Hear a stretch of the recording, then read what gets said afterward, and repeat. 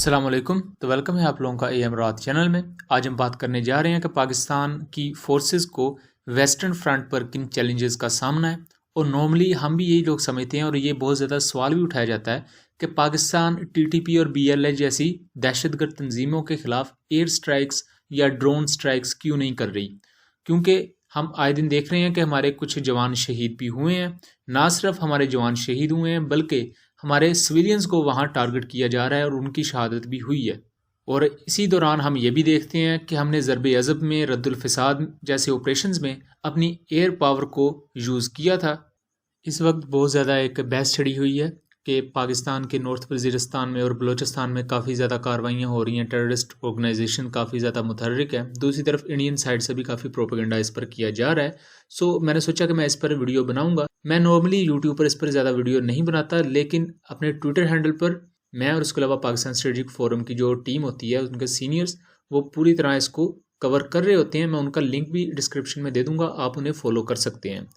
अगर हम बात करें तो 26 तारीख को, 26 यानी कि नवंबर को, पाकिस्तान आर्मी 9 टेररिस्ट मारती है। कोहलू का इलाका है बलूचिस्तान में, और यहाँ ना सिर्फ 9 दहशतगर्द मारे जाते हैं बल्कि 3 दहशतगर्द पाकिस्तान आर्म फोर्सेस पकड़ती हैं और इन 3 में से एक कमांडर होता है। इस दौरान हमारा एक जवान भी शहीद होता है। जबकि 30 नवंबर को ही पाकिस्तान आर्म फोर्सेस एक ऑपरेशन करती हैं और होशाब के एरिया में भी 10 दहशतगर्द ठिकाने लगाए गए, जबकि एक को पकड़ लिया गया। अब पाकिस्तान ने पिछले 4 से 5 दिनों में 25 से ज़्यादा दहशतगर्द BLA और TTP के जहन्नुम वासिल किए, जबकि दूसरी तरफ पाकिस्तान ने 6 से ज़्यादा ही दहशतगर्द पकड़े। इन 6 से ज़्यादा दहशतगर्दों में 2 या 3 इनके मेन कमांडर्स थे। जबकि आज के दिन 30 नवंबर को बरेली के इलाके में बलूचिस्तान में एक खुदकुश हमला होता है, सुसाइड बॉम्बिंग अटैक होता है, जिसमें 20 से ज़्यादा पुलिस और सिविलियंस जख्मी होते हैं। जबकि 3 लोग शहीद होते हैं, जिनमें से एक पुलिस एहलकार या पैरामिलिट्री फोर्सेस का एहलकार, जबकि 2 सिविलियंस थे। और इन 2 सिविलियंस में से एक छोटी बच्ची थी जो स्कूल जाती थी। अब क्वेश्चन यहाँ ये उठता है कि पाकिस्तान के पास साउथ एशिया में चाइना के बाद सबसे बड़ी जो ड्रोन फोर्स है वो पाकिस्तान के पास ही है इस वक्त रीजन में, तो हम अपने ड्रोन अटैक्स क्यों नहीं करते। रिपोर्टेडली जो पाकिस्तान ने बलूचिस्तान में 26 नवंबर या 27 नवंबर को कार्रवाई की थी, जिसमें 10 दहशतगर्द हलाक हुए थे, उसमें पाकिस्तान ने अटैक हेलीकॉप्टर्स और ड्रोन्स का यूज़ किया था। अगर आप इस तस्वीर को देखें तो ये एक एयर टू सरफेस मिसाइल है, जो कि most probably Burq laser guided missile है।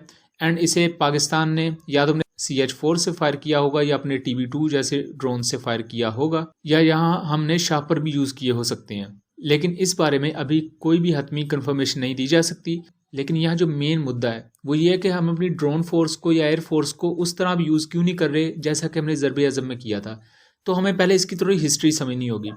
ये जो तंजीमें होती हैं, इनका काम कैसा होता है, इन्होंने छुप के एक जगह आपके काफिले पर, आपकी जो पेट्रोलिंग पार्टी है उस पर अटैक करना है। बाद में इन्होंने वापस अफगानिस्तान जाके छुप जाना होता है। अब इससे पहले इसी साल के शुरू वाले कुछ महीनों में पाकिस्तान ने 3 एयर स्ट्राइक्स की थी अक्रॉस द बॉर्डर जाके अफगानिस्तान में, क्योंकि उस वक्त मामला कुछ ये था कि TTP ने और यहाँ इंफ्रास्ट्रक्चर को नुकसान पहुंचाया था। जबकि दूसरी तरफ जो अफगानिस्तान में तालिबान की हुकूमत है वो इन्हें सपोर्ट कर रही थी। पाकिस्तान ने अफगानिस्तान गवर्नमेंट को तब ये कहा था कि आप इन्हें कंट्रोल कर लें, वरना हमें फिर क्रॉस बॉर्डर जाके एयर स्ट्राइक्स करनी पड़ेंगी। लेकिन अनफॉर्चुनेटली अफगान तालिबान ने उस पर कान नहीं धरे थे और ना ही उन्होंने कंट्रोल करने की कोशिश की। हालांकि अफगान तालिबान जब हुकूमत में आए अशरफ गनी की हुकूमत को हटाकर, तो उन्होंने पहला जो ऐलान किया था कि हमारी जो सरजमीन है यानी अफगानिस्तान, वो किसी के खिलाफ भी दहशतगर्दी के लिए यूज़ नहीं होगी। लेकिन हुआ बिल्कुल उसके उल्ट। पाकिस्तान में अफगानिस्तान के थ्रू BLA और TTP जैसी तंजीमों ने दहशतगर्दी की, जबकि दूसरी तरफ ईरान में देखा जाए तो अफगानिस्तान से जैशुल अदल नाम की तंजीमों ने ईरान में दहशतगर्दी की। तो वो जो एक क्लेम था और वो जो एक बबल था जो अफगान तालिबान ने बनाया था कि हम एक अच्छे बच्चे की तरह अमल करेंगे, हम किसी के खिलाफ टेररिज्म को प्रमोट नहीं करेंगे, वो बिल्कुल ही ख़त्म हो गया। दूसरा, जब ये TTP के टेररिस्ट पाकिस्तान में कार्रवाई करते हैं, उसके बाद ये अफगानिस्तान में जाकर छुप जाते हैं, वहाँ ऑब्वियसली आबादियों में जाकर छुपते हैं।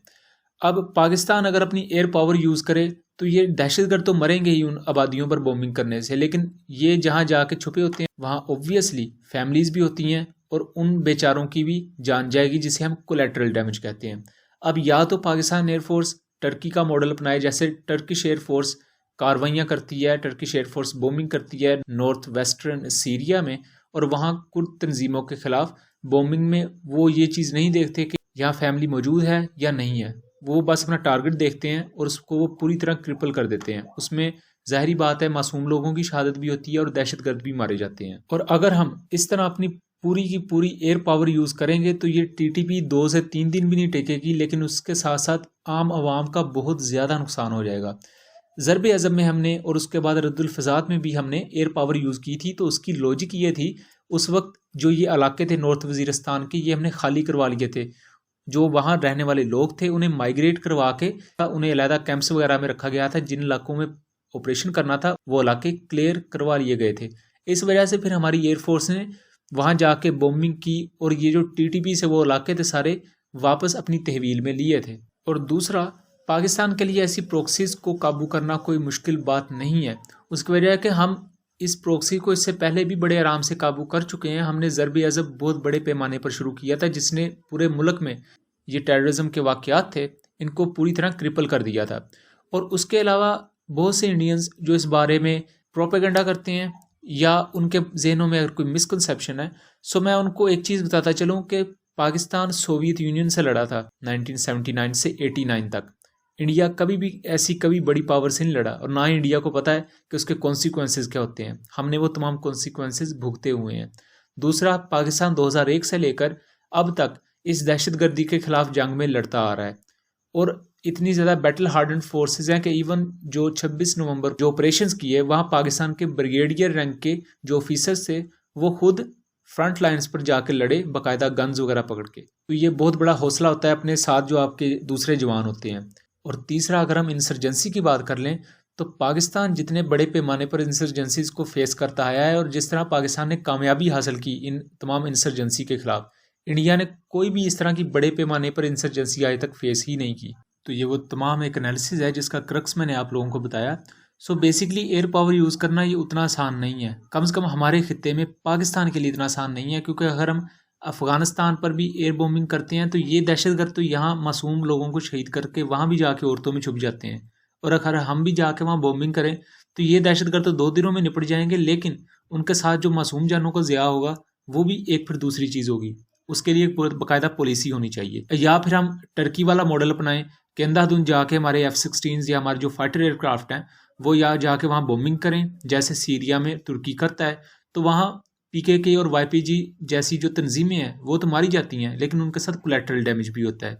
सेम चीज़ ईरान भी करता है, वो भी अंधाधुंध रॉकेट्स वगैरह फायर करते हैं, उसमें कोलैटरल डैमेज हो, दहशतगर्द मरे, वो सब एक बराबर हो जाता है। सो उम्मीद करता हूँ चीज़ें क्लियर रही होंगी। मिलेंगे अगली वीडियो में, तब तक के लिए अल्लाह हाफिज़।